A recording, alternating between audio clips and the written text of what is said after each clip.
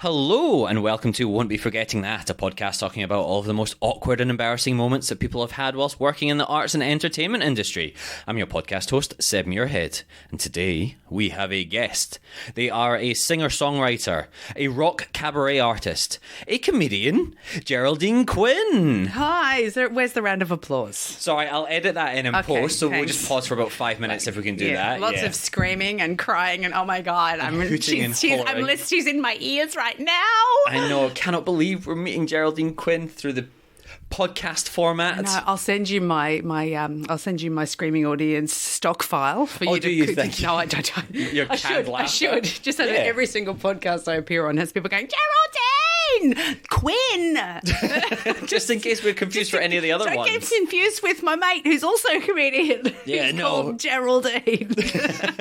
Geraldine Quinn, this is Quinn. Quinn. Q-I-N-N. Thank you, everyone.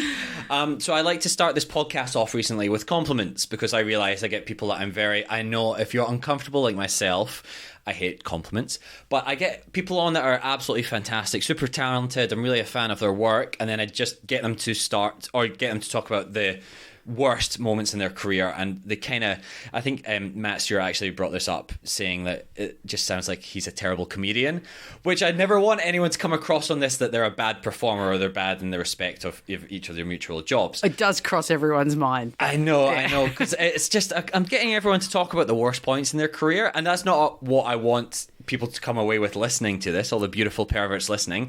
I want them to think, I want them to know how talented everyone is. But I've been recently going through your back catalogue of all your songs. I've been doing this for 20 years, Seb. What do you mean recently? Recently, as in I've been listening to them today as well as the past 20 years. So that I can say I listened to it 20 years ago as well if you want, and not since then. I ordered the old cassette tapes, and but I have. I've still got a cassette recorder. I could probably record a few. Well, reach out to Geraldine if you'd like some cassette sent through in the mail. I'll just have to put a little bit of sticky tape over the little holes that I punched out when I was, when I was doing my compilation cassettes absolute classics. in the 90s. You can add some of the compilations in as well if you want. They can be the bonus. I've still got a bunch of shopping bags out in the shed of I don't throw anything away. Oh, I love throwing things away personally. I love just getting rid of it all. Just so I don't have anything in my life anymore. Yeah, but my mother's like that, and she doesn't have her wedding dress, So I also don't have a wedding dress as well. So I realised I walked right into that one. Something I have in common with your mother there. But yeah, I think some people are very sentimental and love holding on to things, and then other people are just like, I'm just like, nah, get it out. My dad's sentimental, my mum's not at all. Yeah, that's so funny. My partner's very sentimental, and I'm not at all. Yeah. So I think it takes one of each in the relationship to make it work. Yeah. Because if you have two sentimental people, it's just a hoarder, I think, by that point. Hoarder couple. Yes. But sorry, let me compliment you. So I've been listening to all your past songs as well, which can be found across all the streaming platforms. Some, I presume, that you would rather people go to check them out on than others. So we've got Bandcamp and Spotify. Yeah, I push people to Bandcamp a lot now. Yeah, that's much better for the artist. For anyone listening that doesn't know as well, go to Bandcamp. But I got obsessed with the one about the festival as well, which is such a harrowing listen as well, but I really enjoy it. Yeah, Festival Rhapsodical is Rhapsodical. I didn't know how to say the second word, and I was like, I'll let Geraldine of a rhapsody. I don't know if it's a real word, but I just I love it. I mean, very hard to say, but I love it. I really love that song, and if your listeners don't know it, it's I think a 7-minute 42 mini. Is it that long? Yeah, 42 seconds. Yeah, mini rock opera. Yes. So when I was writing, that was from my Gibbo winning show in 2011. Oh, humble brag, Gibbo winning. I've been nominated for 3, and that's the one I won. How dare you, Gibbo? I know, but it was. I wanted to write exactly that, a mini rock opera. So if there's any songwriters kicking around out there, I was working with Casey Bonetto as directing that show. More people should know who Casey is. I talk about him all the time, but he's awesome. Basically, he wrote Keating the musical, if you've heard of that. But so you got a little fizzle of recognition then yourself. Yeah. He's great. He's a really generous and talented person. He's a friend and I guess a mentor by proxy. Oh, that's nice. And when I actually got a Moosehead to do that show too. Oh, shit. Which is funding to help put your show in the comedy festival. Yeah. So, but it doesn't pay for production costs. But you get a director. At that time, you got an amount to pay a director. They've just got to approve the director. And I was like, well, I want to do this with Casey. Yeah. And when I was trying to write that song, I said, I wasn't quite sure how to start it. And he said, just write as many bits of a song as you can. Yeah. So it could be a verse, it could be a bridge, it could be a verse and a chorus. It doesn't matter. And I literally just did that from as many different perspectives of being in a festival as I could think of. Yeah. From a performer doing well to a performer not doing well to the technician behind the desk to the reviewer to the flyering, to literally everything. And it was, and I'd done like 5 years of Edinburgh Fringe in a row at that point. And it was the year after the last one I did until recently. And it's all my experiences of Edinburgh Fringe at the start of my cabaret career and everything I learnt from that in one just under 8-minute mini rock opera. Because I was saying it's too real at certain points. There's points where I'm listening to it where I'm like having mild anxiety attacks and I'm like, gotta remember this. And I've never had the opportunity as someone from overseas going to the Edinburgh Fringe. I grew up near Edinburgh and I went to acting school in Edinburgh. So when I performed in Edinburgh Fringe, I had the privilege of having a house to live in there and I didn't have to pay thousands upon thousands of dollars to fly over, so I never had that stress related to it. But since moving to Australia, just the sheer number of people are like, I just need to break even doing this or not lose thousands of dollars. I don't think breaking even's even on the table anymore, is honestly. It not? Jeez. No, I really don't. I mean, the only reason I went last year was because I was being brought over as part of House of Oz. Yeah. Which was a new, like a bunch of people decided to put a little program together. Which is so nice because they've brought so many talented people over as well. Friend of the show, Michaela's been over as well. I believe this year. Yeah. And I haven't spoken to her about her experience this year, but I honestly wouldn't have gone. Yeah. I mean, Mark Watson and other people have been talking about this for like a really long time. Yeah. Sorry, Mark, if I'm just dropping you in the shit there, but we can beep that if we need to.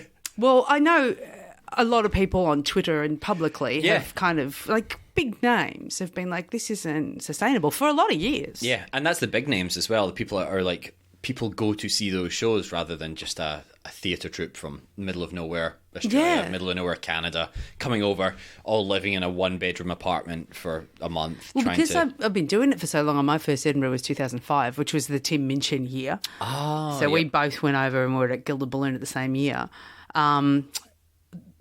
So I knew people before they became very big. Yeah. And spent 5 years doing that. And I had I used to call them my 6 monthly friends. Yeah, it was, isn't it? Because you're just like, you see them for that amount of time. You'll see them in Edinburgh and then you'll see them in Melbourne. Yep. And you just do Edinburgh Fringe and Melbourne Comedy Festival. So that was me for 5-6 years. And there's people now that I would hang around with then or catch up with after Edinburgh and London then that are now huge. And when I see people who've been around for that long who have got to a level I'm not at for sure, but maybe aren't, hosting Taskmaster. Oh, yes. And they're going, this isn't sustainable. Yeah. It really makes you ask a lot of questions about. Which is really sad as well, because that's not what the Fringe started out as well. That's not what any Fringe starts out as. That's also very true, isn't it? The reason it's called a Fringe Festival is because it's a response to an arts festival. Yeah, the people on the fringes. The curated arts festival that you won't get picked for, create a Fringe Festival. And where you can put on some of the strangest things ever, which I personally love. Yeah. Give me that. I love that. I mean, and that's what I used to love about Adelaide Fringe when I started doing that, again, probably 10, 15 years ago, was there was a real feeling amongst audience of just going to seeing what's on. Yeah. You just wander in and you'd be like, what is this? What's a weird thing I can find to go and see? And gosh, we need people like that going to see stuff. I know, right? Yeah. That's what Edinburgh Fringe was great for. And I know that you mentioned it in your song, but the flyering is such a part of Edinburgh Festival. I don't know how it is anymore. It's exhausting, it's bizarre, it's terrifying, but that's what a lot of people would just choose to go and see shows off the back of. I've got my favourite flyering story. A friend of mine told me she used to stand in the middle of the Royal Mile and she'd hold the flyer out between two fingers. And when somebody went to take it, she would whisk it away from them and say, "Not you." And the other thing she would do is she would go up to somebody and hand them a flyer for the show and say, "Excuse me, could you just pop that in that bin over there? Thanks very much," and walk away. I've heard that story. I don't know if it's from that person or from how it's done the grapevine or whatever, but yes, that is the classic Can you just pop Just that put that straight in the bin, bin? thanks. Yeah. And that's what gets people attention, because otherwise, I mean, every Scottish person that lives there is head down, like headphones on, just power walking up the Royal Mile. And then it's every tourist which is like, oh, what's this then? Yeah. And trying to explain to this elderly German couple, you're like, this show's not for you. I don't know if it's just because I'm older and I've been around for longer, but it felt more possible in 2005 to 10 than to actually to kind of build something. Then I don't know whether it does now. But that's probably a depressing, not very interesting conversation for a podcast. Oh, dear, especially a comedy podcast. Is this comedy? Bye. I'm so sorry, everyone. I promise we'll get into the laughs soon. I'm so sorry. No, it's fine. I love to say this recently is this podcast has the perfect 50% balance of comedy and life-altering depressive stories. Yes, so, Edinburgh Fringe. Yes. That's everybody. Everybody has an Edinburgh Fringe story. Every comedian has a... what do you call it? Corporate gig story. Every actor has their terrible TV commercial audition story. Everyone's got their go-to horrible stories. Well, I'll tell you this. Here you go. Here's a little bit of stuff that I don't usually talk about on podcasts. But Mark from Auntie Donna actually asked me before they went to Edinburgh. We were in Butterfly Club, and he's like, "I was thinking of going." And I think Jaded me was very much in control of the personality of that point and went, "Oh God, why?" But I also imparted to him, not that he needs my advice at all, Mark, I love you, but I did impart to him the best bit of advice I got on my first Ed, and that was from Will Anderson, actually, who said, and I always appreciated that he took the time to email me back about this, because we knew each other from like the circuit before I started doing comedy, but he said, you'll have the best gig of your life, and 4 hours later you'll have the worst gig of your life, but you will come back to Australia and you'll be able to do any room. Yeah, because it's such a mixed bag, because you'll be doing, for people that don't know Edinburgh Fringe quite as well, you'll be doing your own show and you'll be doing guest spots and other shows, and you'll be doing an 11 a.m. show in a cafe which is donation only, and you've just got everybody's mum and dad in there who hate comedy but they just want to sit down because it's raining outside. It's just such a mixed bag and of then you do 2 a.m. at Spank or something like that. Exactly, right, which is just everybody absolutely off their face, or like, I didn't even know this was comedy, I thought this was a fucking rave. Sorry, like, what? It's running the gauntlet. Yeah, it is, huh? And you can genuinely, you'll be on that high of, I've just had the best, I've done the best spot I've ever done, and then you'll just get crushed at the next gig. And especially as well if you're going, or people are coming in to see you and like, I like stand-up comedy. I like the most quintessential stand-up comedian you can think of, who's just straight down the line knock jokes. Then if you turn up to an Auntie Donna or to yourself, which is musical comedy, people are like, the fuck is this? How dare you not just tell 50 minutes of straight like set up punchline jokes? To be fair, that happens in Melbourne sometimes too. So. Yeah, that's true, actually. That is also very fair. Comedy's such a mixed bag of what comedy is, and I think people that just go and see outright comedy is often it's not for them. Well, I think that's why I quite like the concept of a Fringe, because it isn't a comedy festival. It sort of has become with Edinburgh Fringe. People think of it as that, but it really, in other Fringes, it really isn't. Like the last Fringe festival I did that I really felt like still had that wonderful vibe, and it was a few years ago, so I don't know now. I hope it's still the case, was Wellington. Oh, awesome. I love Wellington personally. Yeah. I loved Wellington as a city, and I loved Wellington Fringe, and I felt like that was, this was what it was like, you know. Yeah, they're the new Edinburgh. No, but this was what it was like at Adelaide, I think, for me. Oh, okay. In like 2008. That still, it felt like it was all still very about artists and... Yeah, fuck yeah. And I felt like a part of something rather than I was fighting everybody for the same scrap. Yeah, that's it, huh? And you'd still hang out with all the different groups are still hanging out together, whereas like the stand-ups are only hanging out with the stand-ups in the stand-up gardens. Oh, no, not so much. Yeah, with the more there are hubs, the harder it is to cross-pollinate. I think that's definitely true, But anyway, enough about this nostalgia. Yes, I'm so sorry. Let's get into some of the fun little stories we've come prepared with. So I like to say with this podcast, we always come in with different prepared stories. Geraldine's actually come in, the first person I think that's written it out, which I love. I'm such a... there's some ASMR, which I am going to edit out because that stuff makes me boke, as the Scottish would say, or gag, as anyone else that's normal would say. Oh, really? Yeah. So you don't like paper? I don't like ASMR, anything in my ears, which I find is incredibly ironic for somebody that does a podcast. I do realise that. Okay, I'll make sure I'm well hydrated and make no mouth noises. Oh, just if we do them just out of the microphone, it'd be wonderful. Thank you. I hate mouth noises. Yeah, me too, right? Some people are super into it. I've had an ASMR artist on here before, and they played me some of their stuff, and there's the worst minute of my podcasting career. Sticky mouth?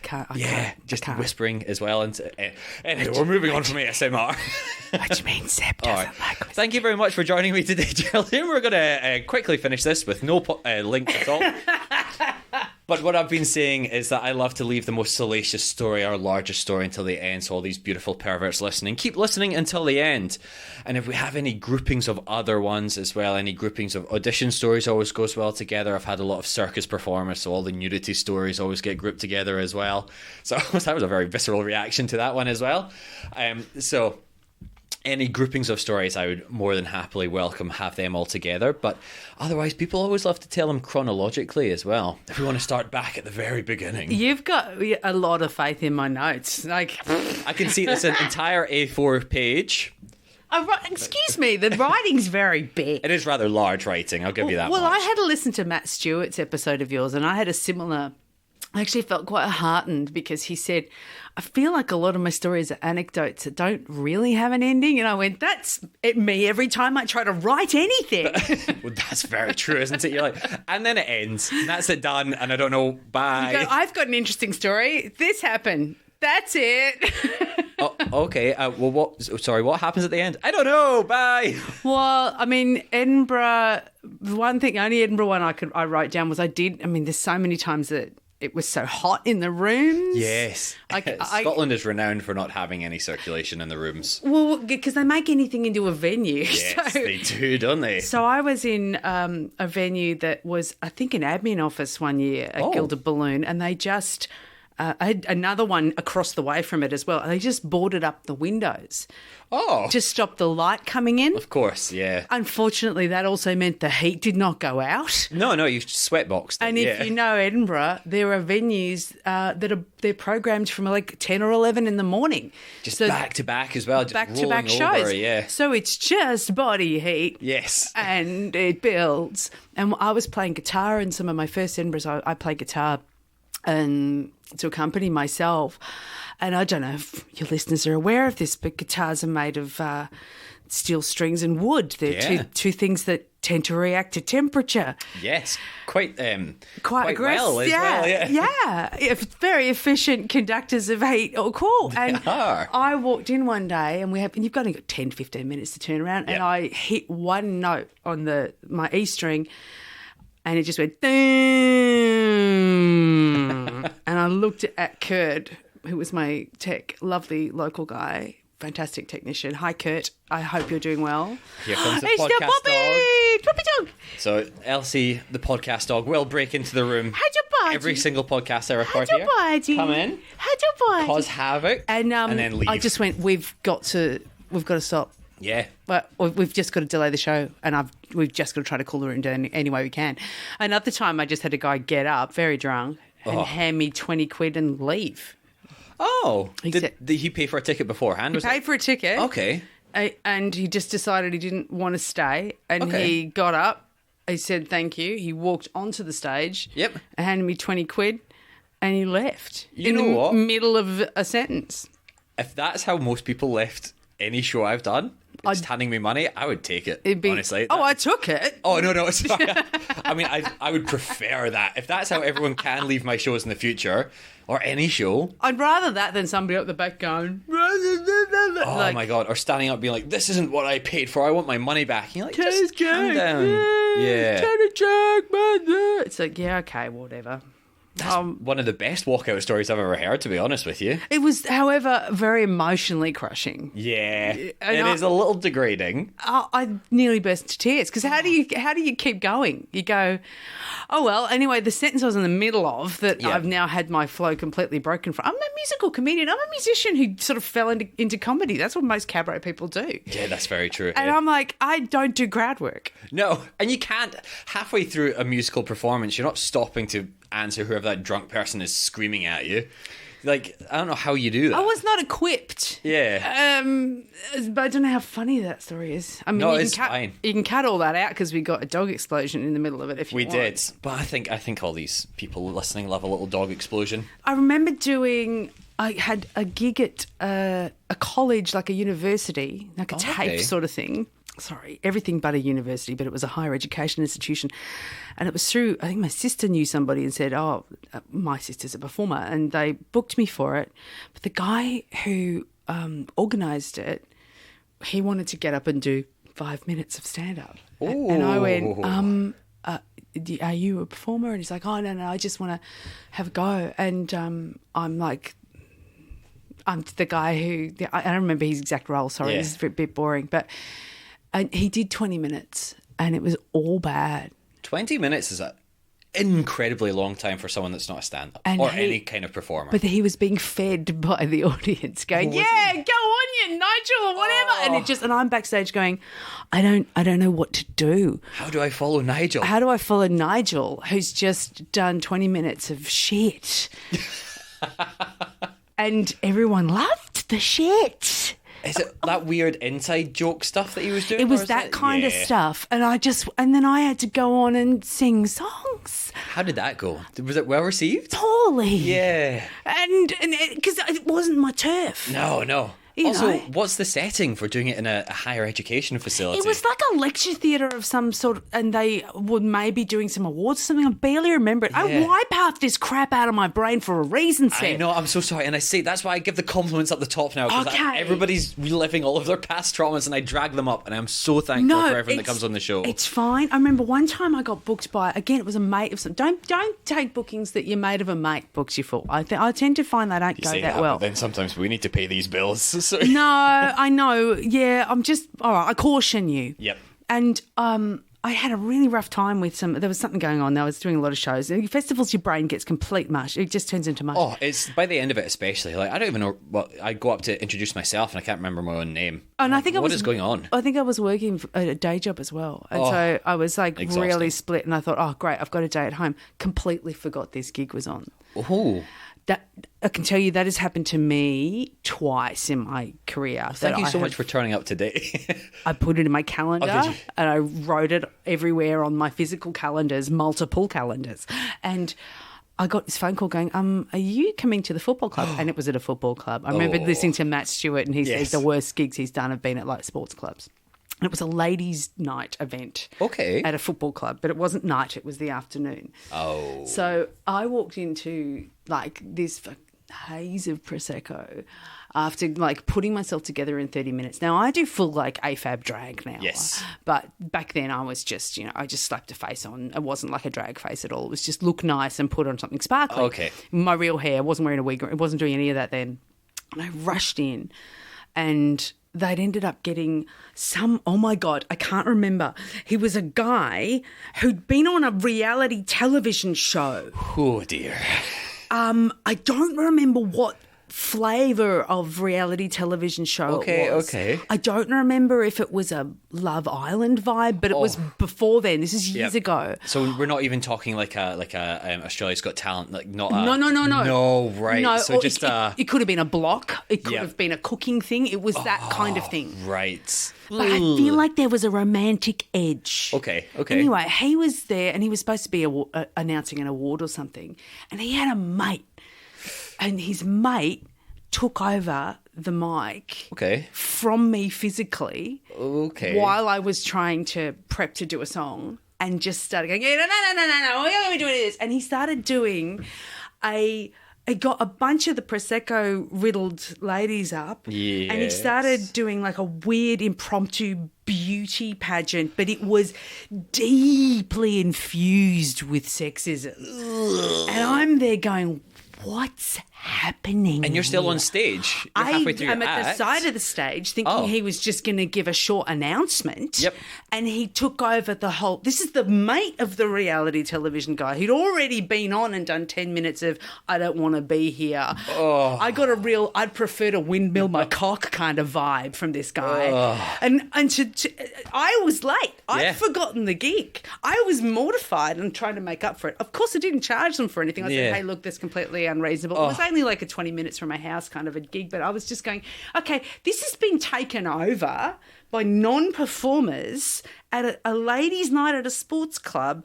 Ladies' afternoon at a sports club ladies' as well. Afternoon at it was definitely daylight. Yeah. And it's just turned into this, I wouldn't mind doing her kind of, and they're all just drunk enough to just be going, that's so funny, the way you're completely objectifying me while my husband's just over there. Oh, so it was like, was it the partners of the football players? Was it that kind of a vibe, or is it? No, it was mostly the ladies it was mostly the partners of the football, like a outer suburban football club. Yeah. And it was just this, this is what Matt means when you end up with these vague impressions of horror and dread. But I felt so helpless. I mean, what do you even do in that situation as well? That's such a fucking weird position to be in. It was almost a blessing in disguise that you almost missed it. But, like, what are any of these gigs? And I'm always amazed. These men? Yeah. Who are they? And what made them think this is the way to move forward? Also, who's that person? I can't remember who the person. I looked him up afterwards, and I went, "Oh, you're a person people who watch these shows know." Reality star, but who's the other person? Just his friend. Just a person. Like they're nobody. Just his friend. Yeah. And listeners, you gotta understand. Sometimes some of us, we're good at our craft. Yeah. We always want to improve. Oh, it's a constant learning session, but we sometimes get, I don't want to use the word assaulted. It sounds violent. Yeah. But we sometimes get pinned into a situation with individuals who think they deserve more to be on the stage. Yeah, and you don't know what to do because you don't have the clout of fame to bludgeon them with. Yeah, and it's just like car crash almost, because you're there and you're like, what is going on? And the audience, the person, it's like Matt said, there's one person that's booked you. Yeah. That loves your work. And they're the fan. They're the one fan who knows who you are for a start. And you're responsible because you're a professional. Yeah. And you feel a responsibility to their audience and to them for having that faith in you. And you never want to feel like you're overstepping your boundary. But No. I have had too many situations where I've literally been kind of pushed to the side of the stage while a cisgendered gentleman, I'm being kind, just takes the mic and goes, and I've been confused. That is, I mean, upsetting to start off with, obviously. I mean, it's not what... But I'm struggling for words just now, obviously. Have I just described it in the weirdest, vaguest way? No, not at all. I'm so grateful to be, when you think about your life and you think about your achievements and your career, I said to someone today, it was like, the one thing you can do is just try to make the work you want to make and make it as good as you can make it. And that's tough. Oh, it's super tough. It's exhausting as well. It is a tough industry. Well, you chose to go. Yeah, we did, but that's a vocational thing. But you've got that control. You can try to tell the story you want to tell, the way you want to tell it, and make it as good as you can. Yeah. And then you'll get one of those gigs and go, what am I doing? And it's one of those ones where you're like, hindsight, I should have said no. But then enough time passes sometimes and you're like, you get asked to do a similar gig again. And you're like, was it that bad as I'm remembering last time? Maybe it was all right. It was. Yeah. But then you'll take that next gig because enough time's passed and rose-tinted glasses to the history, and you're like, okay, maybe I'll do another one. Maybe it's not going to be as bad again. Everyone's going to have a show where whoever the audience is, and I'm not blaming the audience at all, by the way. It's just they'll just have a night where you don't understand what's happening. Yeah. And it doesn't matter how big or small you are. You're going to have that night. And for whatever reason, you're both on a different page. And you'll immediately blame yourself. Yeah. Of course. And I mean, how many times you do something where they don't make any noise? Yeah. And you go, okay, it's a monologue tonight then. Okay, great. Yep. And you think, I must be terrible. I've got to rewrite the whole script. It must be me. It's got to be me. It's got to be me. Yeah. And then it's literally happened to me a couple of weeks ago. And then the other person who was playing, I had somebody playing for me at that time, accompanying me. And they were like, no, they were laughing. You just couldn't hear from where you were on the stage. stage. Isn't that funny sometimes as well? Because you're like, oh, I'm doing terrible. But you're like, oh, no, it's just the acoustics in here. I just can't hear anything. Or they're just listening. Yeah, exactly. They're one of those audiences that just really listen. They're sitting smiling, but you can't see them because they're all sitting in darkness. So you're just like, oh, there's no one here. Cool. What is going on just now? And that's why I give you again, if there's any performers who listen to you, the best bit of advice my director of drama gave me when I was an acting student was those magic moments that happen on stage, they only happen once in a blue moon. Yeah.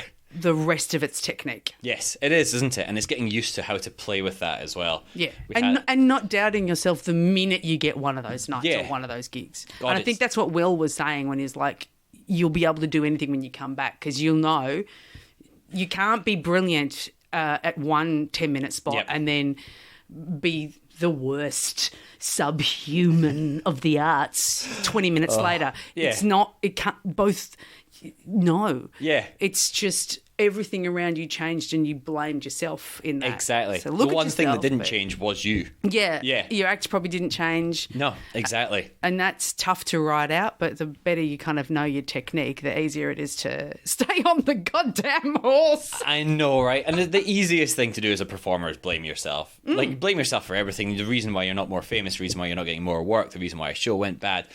That's all we do is blame ourselves for everything. It's literally an industry where we put ourselves up and go, judge me. Yeah, I know. And it's not even on the stage sometimes. No, print it. Yeah. I want to make sure your judgment's public. Please judge me more. And then as soon as you get that reviewer in, if they give you a good review, you love them. If you give you a bad review, you hate them. But you'd love them if that same person gave you a good review, or you'd hate them if that same person gave you a bad review. So it's not the person, it's the review. Yeah, the way I get around that is I try to remind myself and other people, reviews are a tool, and if they're useful, use them, and if they're not, don't. Exactly, right? Nobody's putting on a 2.5-star review on their poster. Everyone's putting the 5-star, 4-star. I've had some lovely 3-star reviews. Yeah. That do not read like a 3-star to me at all. Yeah. But... And a 3-star can be the death sometimes as well. You're like, oh, I just want a 1-star or a 4-star. Don't give me a 3-star. I love it when people put their really shitty 1-star reviews on. That's great as well, because you're like, all right, well, this has got a reaction out of someone at least. Yeah. Because I mean, I've never had one myself. No, of course not. I'm not talking about anyone in this room, except for myself. Did you? No, I think the lowest I've ever had is 2 stars. I was going to say 1.5. I think it's 2 stars. And it was somebody that was not right for the show that we were putting on.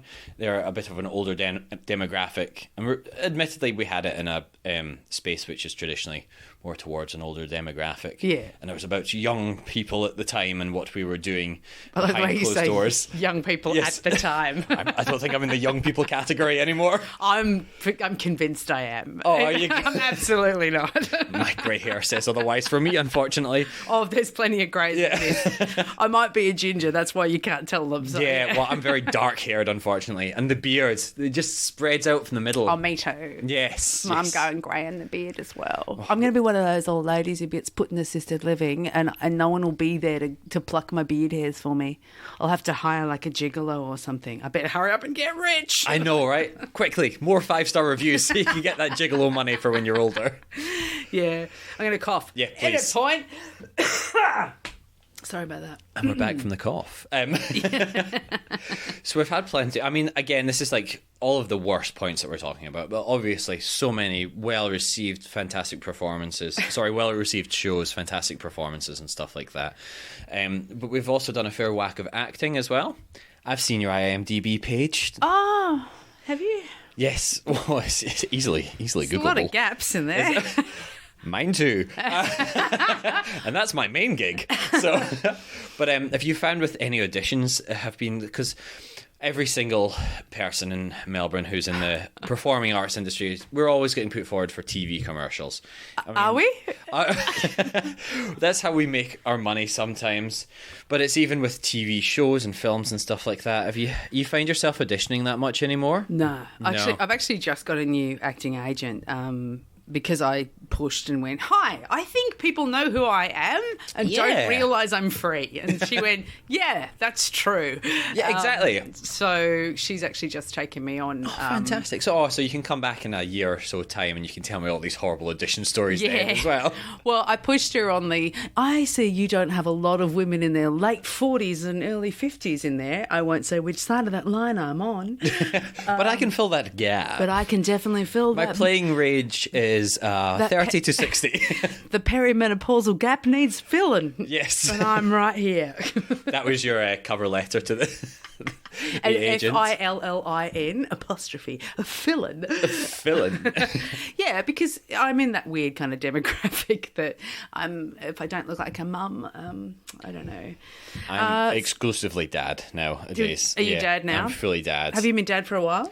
I've been dad. I'd say switching over from my late 20s into my early 30s was exclusively dad. So Why do you think that is? I think it's because I've got quite a stern face, and I don't think you got a stern face. Thank you for that. I think you look like you. Oh no, cast me right now. I like this. Could. Yes. I think you look like you could fix the thing that's broken. A plumber. Yeah. Or on my car. Or you look like if my tyre was flat, you could change it. The absolute irony that I am the least useful man in the world as well. Doesn't matter. I know, I just play it. Just give me a tool. It's just casting. Yeah. It's just you could totally be you could be a good plumber. Yeah, thank you. I could pretend how to be a bricklayer. Yeah. As long as they're fake bricks, I don't have to carry them really on the day. I'd love that. Yeah, I think you could do a businessman, but you're like you're like a disruptor. You'll come in and you've been at the gym at 4, right? And then you've come in and gone, right, slam my hand down next to a whiteboard. This is how we're going to shake up the company that is the thing you do. And they go, wow he looks like he went to the gym. He's still sweating. Yeah, you're in bike shorts. Yeah. FYI, I do not need any makeup. I'm a very sweaty person, so you don't even need to get a makeup artist that day. I'm joking. Put the glycerin away, Trish. Yeah. If anything, you'll need a towel because I cannot stop sweating. Yeah, no, I can see that, but I think I was referring more to the gender role expectations. Yes, there's not a lot of range for most women. So. No, I know I was going to say funny. Funny's not the correct word. It's really funny, sad, whatever that fusing of those two words are together. Hello. Now, before we get into our next story, I've got to tell you the main reason why I'm able to fumble through my awkward and embarrassing day-to-day occasions. Coffee. Now, fortunately for myself and all of the listeners, we have paired with one of Melbourne's best coffee companies, Coffee on Q, a coffee worth talking about. Get ready to caffeinate yourself through your next awkward moment with Coffee on Q's signature Elevate blend. Crafted in-house with precision, each sip delivers delightful flavour notes of strawberry, chocolate and marmalade. And here's the deal you won't want to miss. Coffee on Q is offering an exclusive discount to all our listeners. Simply use the code WBFT15 at checkout to enjoy an incredible 15% off all coffee purchases. That's right, WBFT15 is a key to savings, making sure you're properly awake to remember your next big embarrassing moment.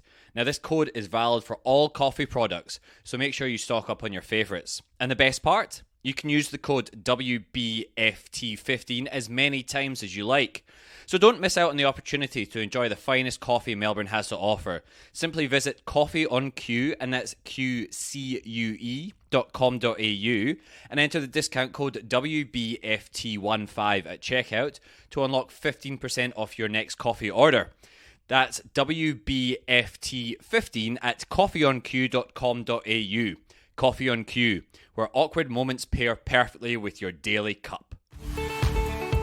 Yeah, but I haven't done a huge amount. I haven't had a lot of musical sort of auditions or anything like that. I mean, I'm not a big kind of music theatre person. That's a very different world. It is. It's a scary world, I'll be honest with you. Yeah, they're intense. Yeah, they really are, huh? And I'm such a fan of musicals. I love musicals. Almost to the point of seeing a musical, and it's such like a thing that I don't understand that. I'm like, wow, that was fantastic. And everyone's like, that was really average. And it's like, oh, yeah, no, that was bad, right? Fuck, You're so easily swayed. I just love songs and people singing and dancing. I'm such a easily entertained man in that respect. Well, you've got to be fit for that sort of stuff too. Oh, so so fit and so mentally strong. Yeah. Because, my God, they will tear you apart. We've had a few musical theatre performers on this podcast before, and either on mic or off mic, some of the stuff that they've said about that is too much. Every industry's got it, though, I think. I mean, I've heard stories with opera as well, that the machinations in there as well. Like, it's ballet. It's all terrifying. The same. Oh, I can imagine. Yeah. But, so no, I haven't had a lot of auditions. I mean, the only one I can think of, I'm not going to tell you. Oh, okay. Because it's not going to make me look good. It's more that I put my foot in my mouth. See, that's too easy to do. Yeah. And you can't get a retake of an audition, unfortunately. And first impressions, you can only do them once. Yeah. I fucking remember it forever. I do remember when Rent first came to Australia. I was in my 20s. I was a very shy kind of long time before I did any cabaret stuff.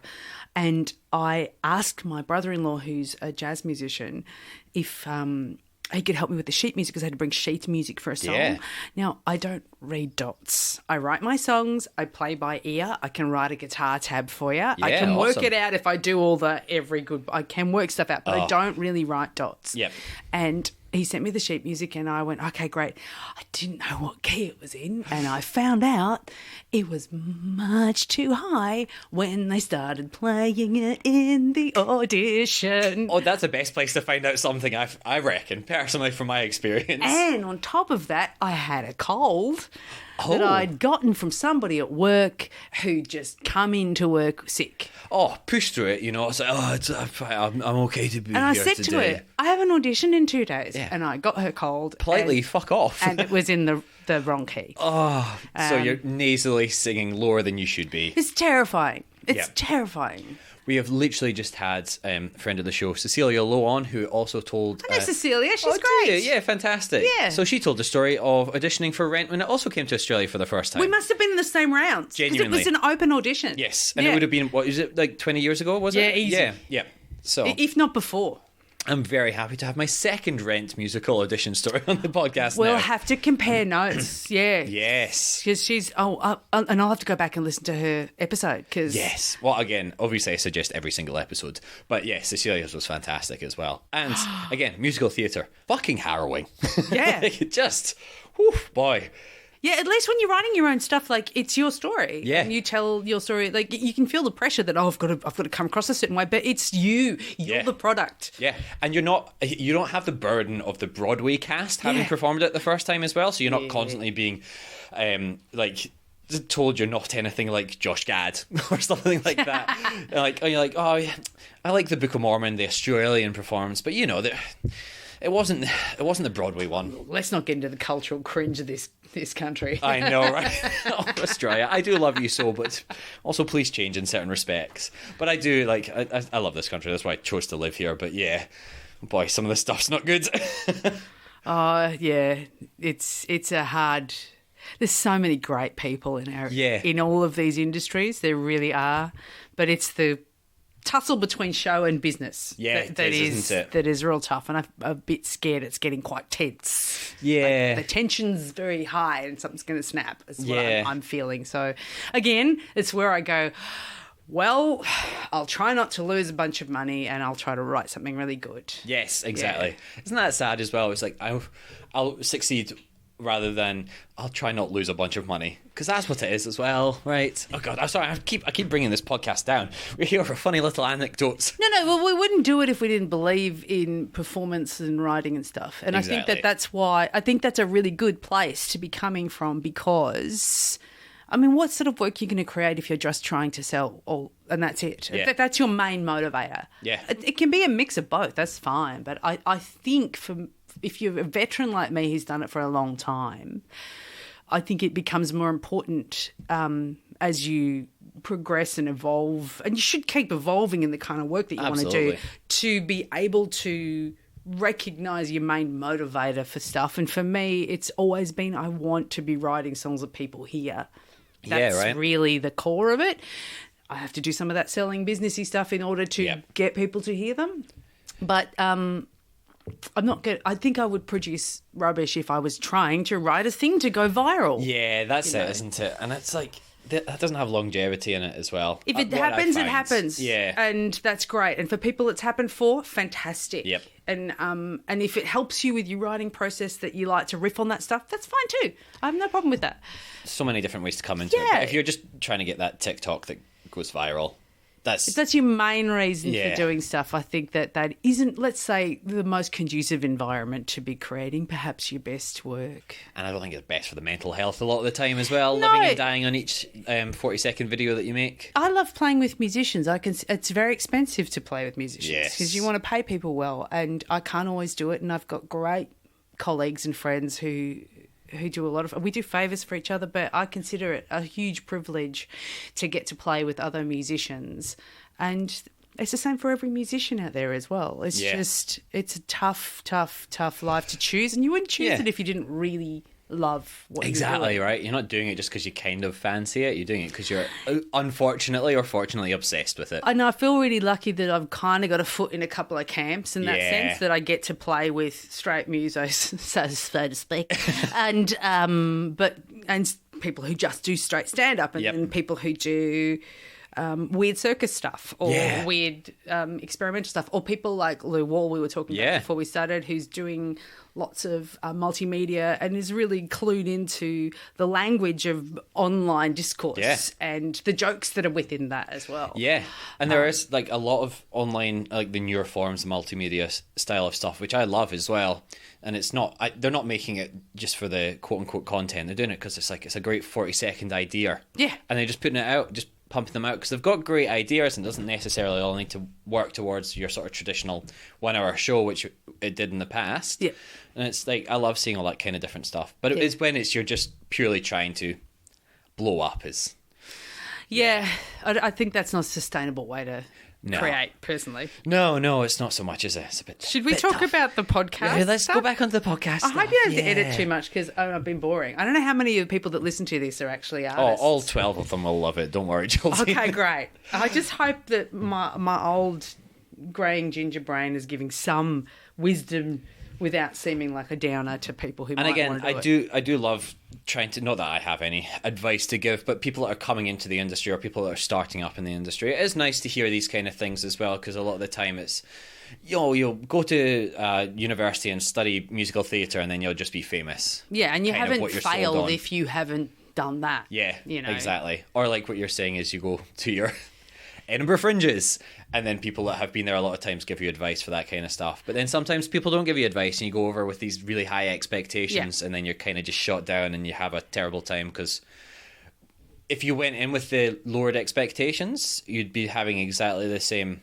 success, but mentally you'd be a lot more there. If you went in seeing it as a training ground, which is what Will kind of prepared me for at the tender age of 30 when I went, because that's when I started doing cabaret, then it makes you a little stronger. Yeah, exactly. And more able to absorb what are really hard things to absorb sometimes. Yeah, right. So, yeah. Especially when you're starting out, you don't always want to receive feedback. You just want to be the best person you can. Certainly for myself, I started out in my late teens where you're like, no, everything I do is great. Yeah, don't criticise me because I'll be wounded. I still get like that. Everyone gets like that sometimes. In my mid-30s now, I'm like, oh, God, I'm just terrible at everything. Because you got to get to that point where you go, no, I've really looked at the work I'm doing and myself, and I'm confident in this. Yes. And even then, you can still get thrown by one shitty review. Oh, just one shitty comment on your Instagram post or something like that. A shitty thing in passing after a show. Yeah. And then you have to really, it's all those, it's like having a psychologist going, now hang on a minute. Yes.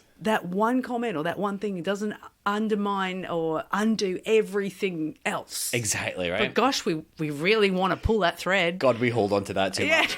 I'll bring this back into the podcast now with a story which is quite similar to what we were just talking about there as well. I did this show in quite a large theatre in Melbourne, quite a well-known theatre. I won't mention what one it was. I'll try and guess. And then we can guess afterwards. Okay. I'm not beeping out all the bloody names. But it was quite like a respected theatre in Melbourne, and it was quite a big opportunity for a younger cast as ourselves putting a show on there. And one of my castmates was walking home afterwards, walking to the tram stop afterwards, and he was behind two people that had just gone to see the show, and they fucking slated the show without realising that he was behind them. Just like, that is the biggest pile of dog shit I've ever seen. They're like, how is that even put on? Why was it 2 hours long? Blah, blah, blah. They didn't notice that he was there, and they both got on the same tram, and he just went and sat in a different part, and then came in the next day and was like, do you want to hear something really fucked but kind of funny but kind of sad as well? He's like, I spent 5 minutes walking behind these people destroying what we'd been working on for months. That's so funny. But again, you just kind of have to laugh at it. Like, that's what it is. Oh, wow. Yeah, so... there we go. I love to share my own stories of this, or on this podcast as well, because... like in the toilet, when you go into the toilets and you hear people talking about shows. Yeah, exactly. Oh my God. Thankfully, I haven't heard people talking about me, but I've definitely had a few times. I can't remember exactly what it was, where I've seen a friend. Yes. And I've gone to the loo afterwards or in the interval or whatever and gone... or people... I'll just lean up against the cubicle wall with this glass to my ear. I'm just going to be in this bathroom stall for 10 minutes now, excuse me. Or when people are like, oh, just keep flushing. They won't know. Like, what is going on with that person in the cubicle? Are they okay? I love it when people, like, because, you know, with your Adelaide fringes or your Edinburgh fringes, like, you go over there, you stay there, and you kind of hang out with a lot of people. And then you just sometimes just get chatting to people at the bar or whatever, and they'll be like, and you're like, oh, what have you seen? And they'll be like, I went to go and see this one person. Tell you what, awful. And then they'll just start slating this person, like, well, I'm friends with them, so this is very funny. Yeah, I usually get people recommending people who are friends of mine and go, oh, you should go see. It's like, I've known them for 20 years. Trust me, I've seen them too much. I've seen them. If anything, I'm trying to actively avoid them. I often get them like, I've had a lot of, oh, you should see them because you'll learn something. Oh. And I'm like, sorry, what? Okay. Thank you, I think. Is that an underhanded compliment or a backhanded insult? What a strange thing to say. I've got a great one. Yes, please. It happened recently. I was thinking about writing this into my show, so I'm going to ruin it now. But oh no, we don't have to burn it if you don't want to. No, I'll tell it. It's all right. I was waiting to do a spot at Alan McGregor's Variety Night during Comedy Festival this year. And a guy came up to me, and I know who this person is. They're a punter who goes to a lot of stuff. Yeah. Like a lot. Okay. Wink, like a lot. Okay. That kind of comedy. Quite well known within this scene. A lot. Yes. And they came up to me, and I was sitting with Cameron, who was accompanist, and they said, and I was in my drag face, but I didn't have my wig on yet. Yep. We hadn't gone backstage. We were just waiting to go back. I just wanted to say congratulations to you for your most outstanding show nomination, your show win, most outstanding show win. And I thought, I actually got nominated. I didn't win. Yeah. Reece Nicholson won that year. And he was like, no, you won. I said, no, I didn't. I was nominated in 2022. I didn't win. Yeah. And but thank you. And he was like, oh no, you won. I'm sure you won. I said, and then I went, hang on. Do you mean Geraldine Hickey? And he was like, yeah. And he went away. And I'm looking at Cameron going, I don't need to have this conversation before I'm about to go on stage to a Spiegel tent crowd, because they're one of those crowds that you kind of go, I don't want to mess this up. Yeah, you need to be on the ball with them. They've got money. Yeah. they're not like and I'm not my audience is wonderful, but I want the money audience. Anyway, he went away, and we were kind of going, oh, okay, that was a little bit hurtful. Love Geraldine, we know that. He came back. Like 15 minutes later, he came back. Okay. And he said, oh, I'm sorry. I actually was mistaken before. And I went, yeah, it's fine. Don't worry about it. Thank you. Obviously you were. I think I know if I've won something. He said, oh, I actually thought you were Reuben Kay. What? Who was nominated the year before I was. And I went, how did you make this worse? How did that mistake happen as well? I think we have to go home, Cameron. I can't go on. It was just... I am so confused as well. This person, firstly, is so sure that they knew, even when you told them that you hadn't won, and then they came back and then completely... I didn't think you were the other Geraldine. Yeah. I thought you were a man. Yeah. And I mean, like, I've seen you both in person before. Do not look similar whatsoever. What's that? What is this, a troll? And like that's what it seems like as well. Like, is this the most, again, backhanded compliment / insult / like what is going on right now? I don't know how to be. Have you just come up here to sabotage me? Are you actively trying to make me do a worse performance coming up now? It was amazing. Yeah. It was amazing. I am still very confused. I need to find this person and ask them so many questions. I can tell you they are. I can tell you they are. I don't know if I want to meet them, but this is... It was fucking bizarre. It was incredible. But it's the best example I can give you of that sort of thing of where you've been around for a while, but you're not like as well known as you're some not of the Ruben people K. that you know, and you go, okay, I don't know where to be now. That is so confusing as well. And again, I don't know if it's coming from a place of kindness or malice. Again, yeah, exactly, right? God, just like I need to call a therapist and ask about this. There's no way you can react to it without me looking like you're bitter. I know, right? But it's again, just I'm always so nervous approaching someone. Well, just in general, I'm a very anxious person. But like, if I'm like, I want to go and give somebody a compliment that I know their work or something like that, because I'm like, oh God, what happens if I've accidentally messed this up? Like, I'll have to sit on my phone and Google 20 things about them before I approach them. And even then I'm like, oh, hi, love your work, goodbye. And then to come up with such confidence to tell you twice. Yeah, sorry, twice. 15 minutes apart. And the second time you're like, you didn't need to say Ruben K, did you? You could just say, I thought you were someone else. What a bizarre human being. I did mention I'm a sweaty person before, but I am sweating now. Wow. This is... Wow. Oh, Geraldine, shall we bring this podcast to an end with our big story? Asterisk story from A Peek Behind the Curtain for all you beautiful perverts. This story has been asterisked. Well, because it's kind of not so much an embarrassment for me, but it was pretty amazing the way it all happened. Yeah. So I told you I loved Wellington Fringe. Yes. And the Wellington Fringe people, the whole team there when I was there, I did it around 11, 12, 13, 14, around that time, awesome. right? They were so nice. I just had the best time. I think the whole Fringe office is great. Oh, fantastic. And I love them. And it's a fun little Fringe if you can go. And Wellington's a great city. Oh, I personally love Wellington. I've got family that lives there. I love Wellington. Yeah, I really wanted to, actually, yeah, I really would like to come back at some point. I've just got to, yeah, or at least go back for a holiday, even just cheeky little visit. Yeah. Anyway, I love it. Yes. I just want to start off because I oh dear, where are we going with this? I do rub people up the wrong way in terms of, I think because I've got a tone. My family's got a tone where we all sound furious.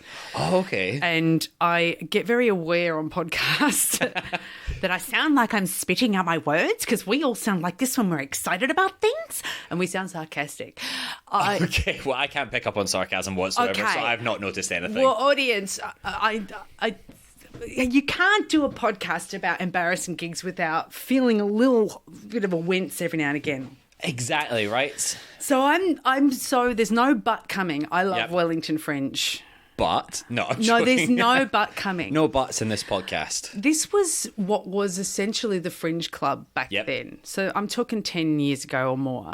Yep. And it was sorry for anyone listening as well. What would a Fringe Club be? Oh, it's a venue that's hired, I guess, by the organisation, whether it's Melbourne International Comedy Festival, hire Max Watts in the city in Melbourne, and that becomes the festival club. Yeah. So for Wellington, it was this bar.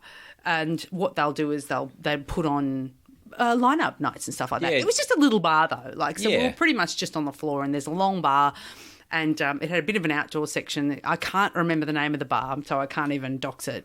But that's maybe for the best in that case, then. But basically, they said, "Oh, do you want to come to what is essentially Fringe Club? I don't know what it was called, and do a spot there." And it's like, of course, that's how we get people to see us. Yeah, that's when people go, "Oh, cool, you're on in the festival. I'll come to your show." Your full show, yeah.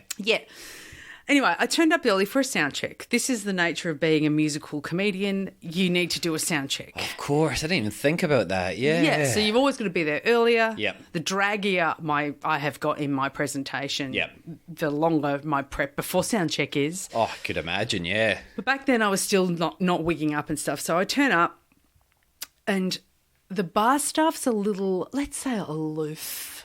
Okay. And there's not really a tech desk. It's more kind of there's a mixing desk at the end of the bar. And I've got backing tracks. This was for my Gibbo Award winning show, which is You're the Voice, Songs for the Ordinary by Anthemaniac. That's the show that the festival song's from. Yes. It is an album. Yeah. Okay. So when we did the album, we just take the lead track. Yeah, you just take the lead guide off and you've got your backing tracks, right? Now, Casey mixed this. Yep. It's mixed in stereo. Okay. So I've come in and I've got, you bring your USB or your CD or whatever it was at the time. It was probably a CD back then. You usually got a spare. Yeah, of course. You're as prepared as you possibly can be. I turn it for a sound check. I get on stage. I don't take long. Take long, Zip. I just need to hear it and I just make sure I can hear myself. Oh, of course. It plays and everything's normal. So I don't shred my voice. Yeah. And I'm on stage and I'm doing the sound check and I'm going, I'm only getting half the track. And they're like, what do you mean? It's like, I'm hearing like half of the track. Yeah. So half the band sounds like they're in another room. Okay. Because it's mixed in stereo. Yeah. So there should be two channels. There should be a stereo channel, not a mono channel. Yes, that basically means as well, because I'm not so technically savvy, but like if you're listening on headphones. Yeah. And you pan it from left to right. So you go to an old Beatles recording. Yeah. And it's mixed in stereo. Yep. And you pan your stereo from left to the right. You'll hear half of it go away. Yeah, exactly. That's how we used to do stuff. So it sounded like you're in the middle of a room with different band members around. Surround sound. Yeah, sort of. But anyway, there was definitely half of my band kind of missing. Like you could hear the drums far away. Not ideal. No, so it wasn't being played in mono so much as only one channel was coming through. Okay, fantastic. And then they just started rushing me and going, well, we've just got to go on stage. We haven't got time for this. Oh. So then our wonderful MC gets up. I won't name him in case he doesn't want to be known, but fantastic stand-up. Really love his work. He's doing a great job.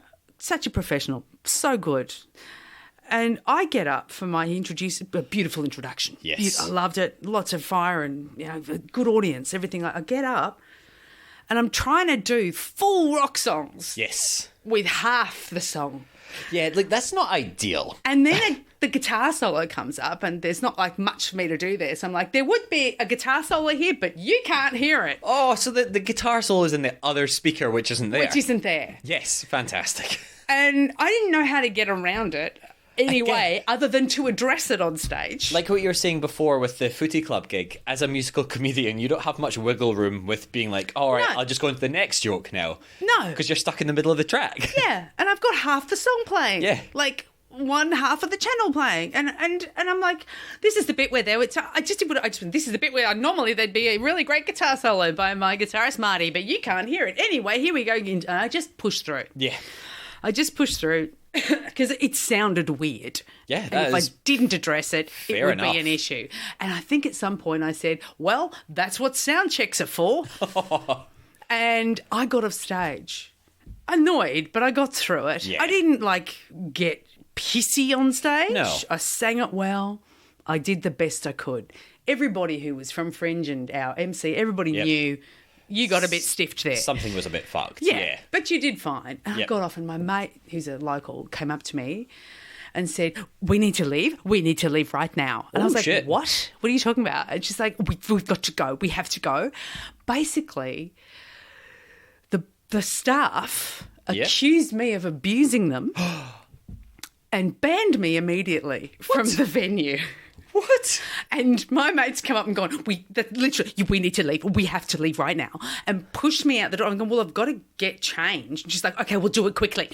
So I had to run into the cubicle and get out of my costume and get into something I could move in. Yes. And get out into the air. And we ended up going to another club. And it's like, what the hell happened? Yeah, they'd gone. Me saying, well, that's what a sound check's for, I guess, was abuse. Well, I mean, it's also very fair. Immediate ban. Which, again, that's actually quite impressive. Thrown out of the venue. The Fringe Club of all places as well. The Fringe Club of all places. And it wasn't the Fringe that threw me out. It was the bar management that went, that's outrageous. You can't abuse our staff like that. Yeah. And it's the only time I've ever been banned from a venue. Instantaneously as well. Instantaneously. Bustled out. Again, quite impressive. I've been walked out of a venue before, twice. Haven't we all? And one was a lawn bowls club. That's a story for another time. But that one's impressive. But I've never been banned from a venue. Instantaneously banned as well. Instantaneously.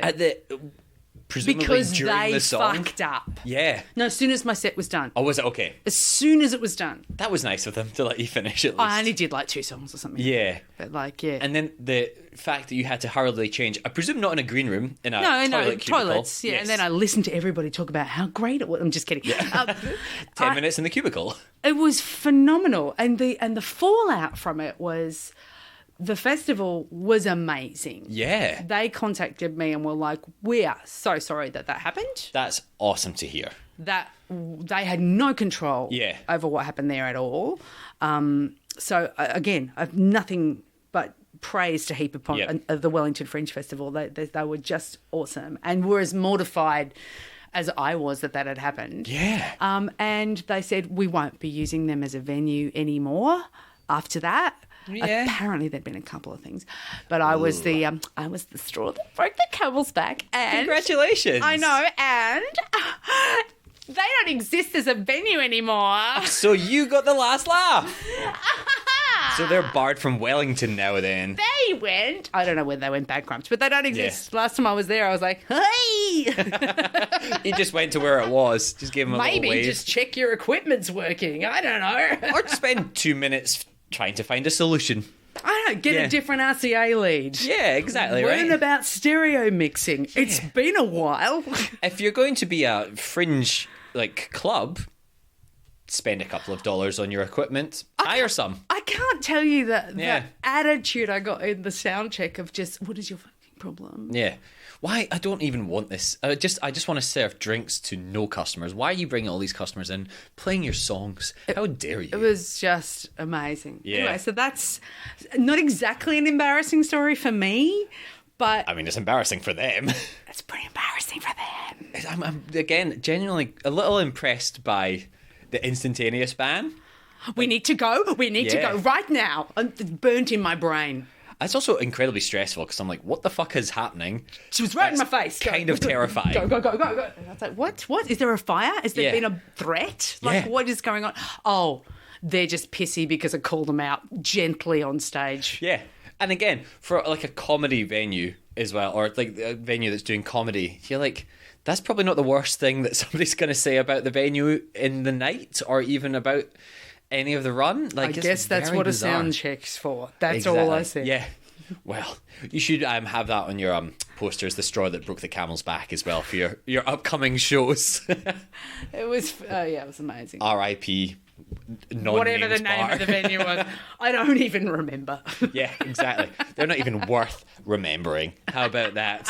Sad little no longer existing bar in Wellington. Look, any artist has got to do some weird little bar somewhere. We all know the sound's going to be what the sound is, and you do the best you can. Oh, sometimes you're just happy to have a stage. There wasn't a stage. Oh, was there not? Oh, fantastic. No, it was on the ground. Oh, so you're just at the sit. Did people at least sit down? Were people at least seated? Yeah, but... Okay, well, that's better than nothing. Well, not pointed towards the ground. No, it was just a bar. Yeah. It was just a bar. Oh. And we just were standing at one end of it. What a strange choice for a venue. For a fringe club. Hey. Yeah. No harsh words about Wellington Fringe. No, I'm sorry, I'm not bagging them out. But maybe the wrong choice with hindsight. I think that a lot of the other venues that would have been great might have been programmed. Yeah, venues. So that's fair enough. So it kind of made sense for a pretty small fringe festival, but yeah. Oh, well. It was amazing. Anyway, so... Well, that leads us beautifully into the end of the podcast there, Geraldine. Sorry I talked so much shit. No, please, talk shit. That's what a podcast's for, I think. Actually, we've been about an hour, so it's not too just bad. Over an hour. There we go. Yeah. Perfect. So if people want to come and see you, where can we find you? For your award-winning nominated performances... For all of your straw that broke the camel back style shows. I really wanted to take Broad to New Zealand this year, but I am taking Broad to Sorry, was that too much ASMR with my hair? No, I couldn't hear any of it, so you're totally fine. I was just adjusting my hair. We can get some clean hair ASMR at the end. I just won't have the headphones. Oh, it's not clean hair. Some dirty. I'm still wearing the jumpsuit that I was wearing at Devo last night. I didn't sleep in it. There you go. That's how much I respect you. I didn't just sleep in my clothes and turn up. Thank you so much, Geraldine. I genuinely appreciate that. Yeah, I didn't sleep at all. I'm kidding. I am taking Broad, which was the show I wrote for 2022. Yes. To Adelaide Fringe on the 16th to the 25th of February. Yes. So the first half, basically. I'm at Gluttony. And at Gluttony as well. Love Gluttony. I haven't done Gluttony before. Have you not? No. I cannot stop spending all my time at Gluttony. I've got so many friends that perform in there as well. I genuinely love it. Yeah, the people that I know that perform there are people that I like as well. So yeah, perfect. So I had done the Gardens as like with Circus Oz was the last time I did Adelaide Fringe in 2019, but I haven't done a solo show there for nearly 10 years. Oh, fuck yeah. So it's a bit of a comeback and like, please buy some tickets. Not all these beautiful perverts. A lot of these people, all these beautiful, beautiful people that listen to this show, definitely check out a lot of the Gluttony style shows as well, Adelaide Fringes. So please buy tickets. Are they on sale now? They're on sale right now. Yeah, perfect. And yesterday, my new show... yesterday at time of recording, I want to say as well. So a few yesterdays ago at time of release. Okay. Yeah. Edit point. And I went on early on sale at time of recording. Yes. For Comedy Festival, which is at Malthouse, and that's a new show. So I'm nervous about it. So buy tickets so I get less nervous and think you like me. And it's called The Passion of St. Nicholas. Great show name. Oh, wait till you see the image. It's gorgeous. Oh, really? I look gorgeous. Oh. And it's about me and my brother growing up and loving music. Oh, that's fucking sick. Yeah, he's dead. Yeah, that part's less sick, I'll be honest. But it sounds like a fantastic show as well. Yeah. Personally, I will be there. So everyone else listening had better be there as well. And I'm on the first half as well of Comedy Festival. First half of Comedy Festival. Yeah, so I come back from Adelaide and I've got like a month to get brushing up and stuff from the old show, and then I'll go into Melbourne, and I think I can announce by the time this comes out I should be doing Brisbane Comedy Festival too. Fuck, that's a busy start of the year, huh? With Broad. Yes, so with going Broad. back to the Adelaide Fringe show. Yeah, it took a while for me to kind of get my ducks in a row and work out if I could afford taking the show interstate. Yeah. And a few things kind of lined up. Oh, fuck yeah. Yeah, and I thought, all right, it is tough. I have done it before where you're doing the old show and you're writing the new one. I can only imagine. But I've waited 5 years to try to get this new show, and I feel like I want to do it now. And it feels right?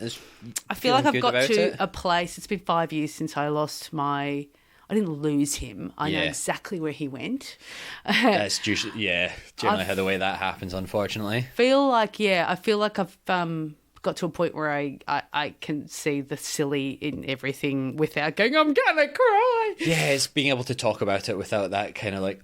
I think it's the joy of what it was like being a teenager in the 90s and like in Noble Park and Dandenong and trying to start bands. Yes. And that's the feeling about writing music that I felt like writing Broad gave me after a 4-year hiatus from writing stuff. Yeah. That really made me go, what we were talking about, I want to write stuff. Yes.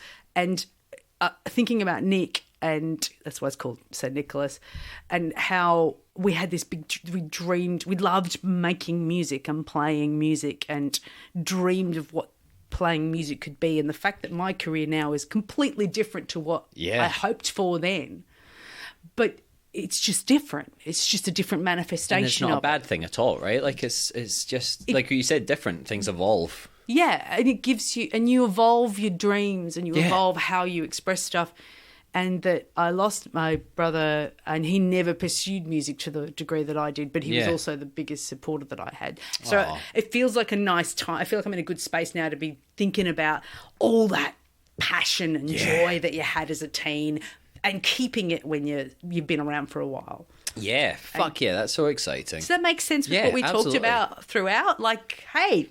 No, it's almost like you prepared all of that to come to a nice climax at the end. It's a through line of finding your vocational passion and keeping it. Such a fucking professional. Look at that. Yeah. You've got a narrative to this podcast. Fuck yeah!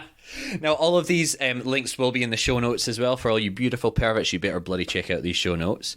If people want to follow you online as well, where can we find you? Oh, either look for Geraldine Quinn Official. I'm not very official, but I had to do that for some of mine because my name's really common. Oh, is it people stealing your handle? No one's trying to pretend to be me. Yeah. I just get a lot of mail about properties in Dublin and horse racing that are not for me. Different Geraldine Quinn. So it's Geraldine Quinn Official on Instagram and TikTok. And I think my Facebook page is that as well. And I'm just Geraldine Quinn on Twitter and maybe Blue Sky as well. I'm on all the things. Look at that. That's a lot. Yeah. I don't even know what Blue Sky is. So just go to geraldinequinn.com and I think I've linked them all. I'll check when I get home. Yeah, perfect. I'll also do a little bit of research and chuck it all in the show notes. Yeah, Bandcamp I think is Geraldine. It's just Geraldine Quinn. Yeah, so listen to your power ballads and your rock operas. Oh yeah, whack that one in. Yeah. Yeah, it's a good song. I can definitely recommend that as well. So I'll put the link specifically to that song, but then to your entire Bandcamp as well. And I can still sing it. Can you? Yeah. Well, I think we should close the show out with an entire 8 minutes rendition of this then. Okay, bye. Jokes, of course. Fine. I'm not doing it sitting down. Oh, no, you can stand up if you want. These are adjustable microphones. I do it running around. I literally run around the theatre trying to get to the technician at the tech part of the song. Oh, really? This will make sense when you listen to the song. Yes, it will as well. No spoilers. Although I think I maybe have spoiled a lot of what the content is about anyway, but please listen to it. Yeah, please. It rewards re-listening, I think. I would say that. It does. And it's like one of those things where the first time I listened to it, I got very, so many flashbacks on my own personal shows and stuff like that. But then the second listen, I was like, okay, I can enjoy this now. There's a joy in it, but it's recognising the pain. Yes, it is, isn't it? That's my life. All of the pain. Performers, aren't we fun? And then I'll say the same for every week. You can find Won't Be Forgetting That pod across most of the social media platforms. You can find myself, Seb Muirhead, Muirhead, across Instagram and YouTube. If you did enjoy the show, please do subscribe. Tell a friend. That is genuinely one of the best ways of sharing it, is word of mouth. Rate it 5 stars. Write something in the review. Look, you can write honestly whatever you want in the review as long as you rate it 5 stars. It can be something weird, it can be something horrible, it can be something nice, as long as you rate it 5 stars. And we're on Patreon as well, patreon.com/won't be forgetting that pod. Anything that you can donate or help with genuinely just helps this fucking show run, I'll be honest with you. It's like, I feel weird every week asking, but it, honestly, if you can afford it, is so deeply appreciated. But once again, Geraldine, thank you so much for coming on, and here's our 8-minute rock opera.